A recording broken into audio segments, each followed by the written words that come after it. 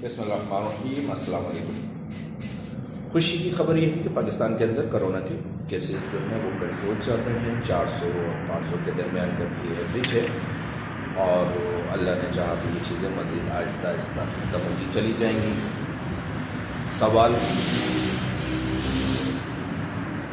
अगर किया जाए कि जी ऐसा क्यों हो रहा है कि जी किसी टाइम पे केसेस एकदम से हज़ारों में चले जा रहे हैं और किसी टाइम पे कम होते जा रहे हैं, तो बुनियादी हम लॉकडाउन के आउटपुट को देखते हैं। लॉकडाउन जो है उसकी वजह से केसेस जो है थोड़ा सा कम होना शुरू हो जाते हैं। जब कोरोना को देखा जाता है या उसकी स्टडी की जाती है तो चेन रिएक्शन का सामने आता है। चेन रिएक्शन जिसमें 1 से 2, 2 से 4 और 4 से 16 इतनी तेज़ी से ये बढ़ना शुरू हो जाते हैं। इसको हम चेन रिएक्शन कहते हैं।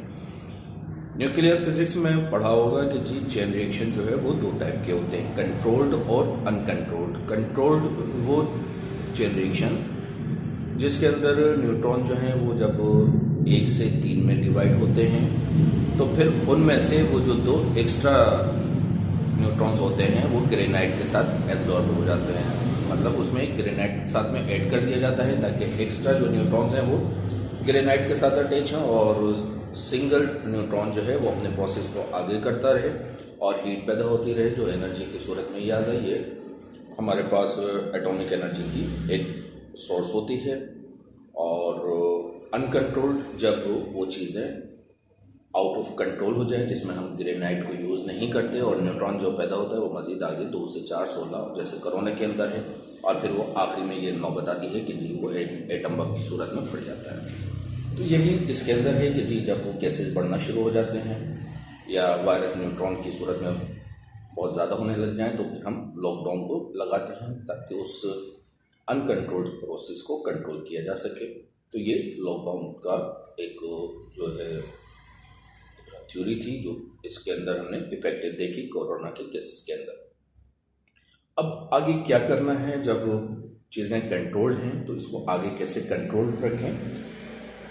देखिए, जब वो वायरस कोई भी एक डिवाइड होता है 2, 4 और आगे 16 इस तरीके से, तो वो अपनी इंटेंसिटी को थोड़ा सा कम करता चला जाता है। अब जब वो इंटेंसिटी कम होती चली जाती है, ये सेम चीज़ हम न्यूक्लियर फिजिक्स में भी हमने पढ़ा था कि जी जब एटम बम फटता है तो जो रेडिएशन होती है वो आगे 2 साल, 40 साल या 100 साल के बाद जाके ग्रेजुअली कम होती रहती है और वो इंटेंसिटी उसकी ख़त्म होती है। जापान है या यूक्रेन है, उधर अभी तक रेडिएशन पाई जा रही है क्योंकि अभी वो उतना टाइम पीरियड उसका पूरा नहीं हुआ कि वो रेडिएशन की इंटेंसिटी कम्प्लीटली ख़त्म हो सके। तो इसका ये मतलब है कि अब आप ये ध्यान में रखें क्योंकि कोरोना अगर आ गया है तो इंटेंसिटी कम होगी, ख़त्म नहीं होगी। अब केसेस कैसे बढ़ते हैं, केसेस कब बढ़ेंगे, ये बहुत बड़ा सवाल है। हर कोई ये कह रहा है कि जी दिसंबर के अंदर, जनवरी के अंदर ये जो है जैसे जैसे ठंड बढ़ती जाएगी कोरोना के केसेस हमारे पास बढ़ते चले जाएंगे। थोड़ा सा मेरा अपना एक डिफरेंट नज़रिया है कि जी हमारे पास अभी तक जो केसेस हैं वो लोकल एरियाज़ के वायरस के केसेस हैं, मतलब वो एक सेम टाइप के वायरसेस हैं।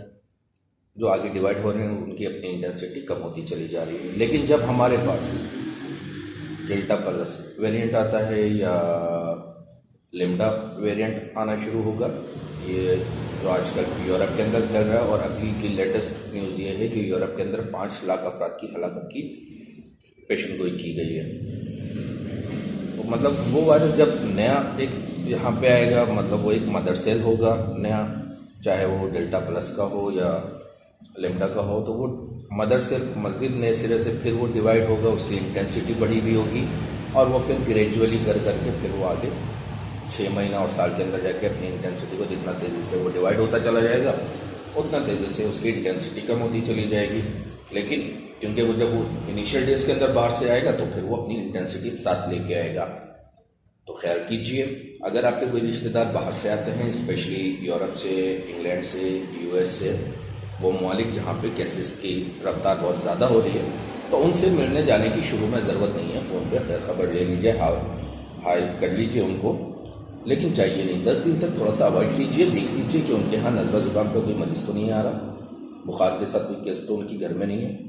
अगर तो 10 दिन के बाद भी उनके यहाँ सारी चीज़ें नॉर्मल है और अल्लाह करेंगे आपके जानने वालों के सब चीज़ें नॉर्मल हो, तो फिर आप जाने का रिस्क ले सकते हैं। लेकिन अगर इस 10 दिन के अंदर कोई और केस आ गया उधर बुखार का या नज़ले का, तो अब आपने आगे मज़ीद 21 दिन जो है अवॉइड करना है, क्योंकि अब वो बंदा जो है वो तो रिकवर हो जाएगा जो बाहर से वायरस को लेके आया, लेकिन उसने घर वालों को इन्फेक्टेड कर दिया। तो अब घर वालों के डेज की काउंटिंग आपने इनिशियल डेज से करनी होगी कि जी वो बंदा वहाँ से आया, उसके बाद 5 दिन के बाद उसके घर वाले पॉजिटिव होंगे, तो फिर वो ऑनवर्ड्स 14 दिन और 21 दिन का टाइम पीरियड होगा, उसके बाद जाके आप जाने का उनके यहाँ सोच सकते हैं। तो ये थोड़ा सा ख्याल है, थोड़ा सा चीज़ों को अगर कंट्रोल कर लिया जाए तो मेरा ख्याल है कि हम आगे भी बहुत बेहतर मामलात लेके चल सकते हैं कोरोना के हवाले से। फ़िलहाल आज के लिए इतना ही। आप लोग की दुआओं का तालिब, डॉक्टर फैसल इमाम।